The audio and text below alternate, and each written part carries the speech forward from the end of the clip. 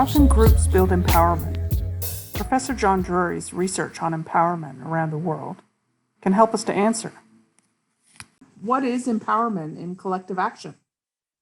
First of all, it's about shared social identity. Secondly, it's about enactment of identity, enactment of identities that aren't normally able to be expressed in everyday life. And third, it's about the experience, the positive experience, and the belief that you can change the world. What can activists and organizers do with this information? So I would say, one sort of lesson, if you like, is little victories. I mean, any trade unionist, any activist knows this, right? Get the small victories, the small successes. That encourages people. They feel more confident to take on the larger ones. I mean, these small victories are, the identity enactments, right? Get that success, that small success, then you can build up to the next one. I think one of the things I'd like to kind of promote is the value of, joyful exhilaration, the importance of these kinds of emotions. The Situationists said something like this in the 60s, it's not all about immiseration.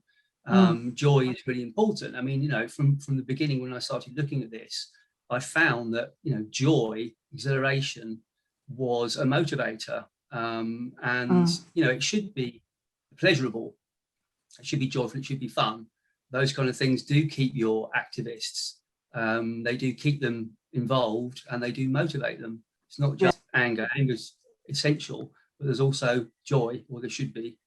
I mean, one of the things we're doing at the moment, our current project is on the COVID mutual aid groups.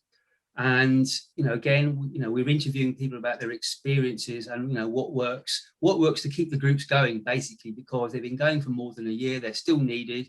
It's, quite intense work, or it can be.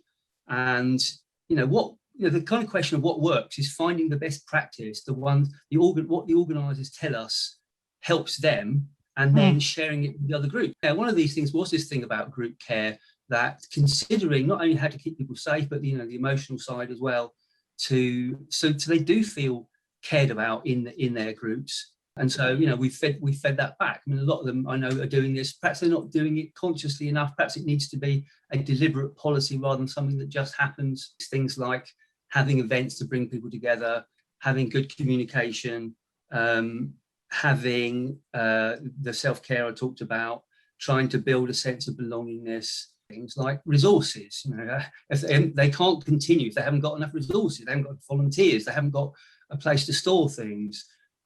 Relations with established groups, it really helps to have relations with established groups. Some of them are established groups, some have relationships with the local authority, some of them don't. Is there empowerment in everyday action? Well, I would say the trouble is that empowerment is not an everyday feeling, and by its nature, it's novel and unusual. And you can't reduce it to a feeling as well. I mean, it's always connected with a set of practices that reverses everyday life. I mean, if you think of a social movement or a campaign, much of it is mundane, much of it is going to meetings, answering emails, admin type things. But then there are the moments, the great moments of insight, of change. And, you kind of live for those, but you have to have the mundane stuff. You have to kind of build the thing and do the kind of membership stuff as well to get there. I can't give you a formula for, everyday empowerment, really. I can give you a formula for everyday support, because support is a moment, towards empowerment, which is you have a group where it's clear that people are caring for each other. And then you've got, expectations of support for our projects and for us as people. Because if you speak to experienced activists versus non-experienced activists, the ones that are less experienced are quite vulnerable to kind of bad experiences, kind of driving them out and, getting disillusioned.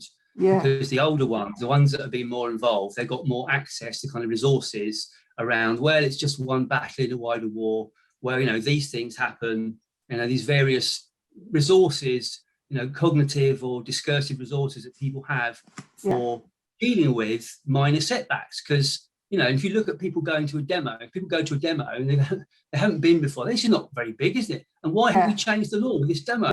But the experienced activists would say, well, it's not about changing this law through this demo. It's about building the movement. To learn that is helpful and keeps you going, because otherwise your expectations are too high and you're disappointed all the time and then you drop out.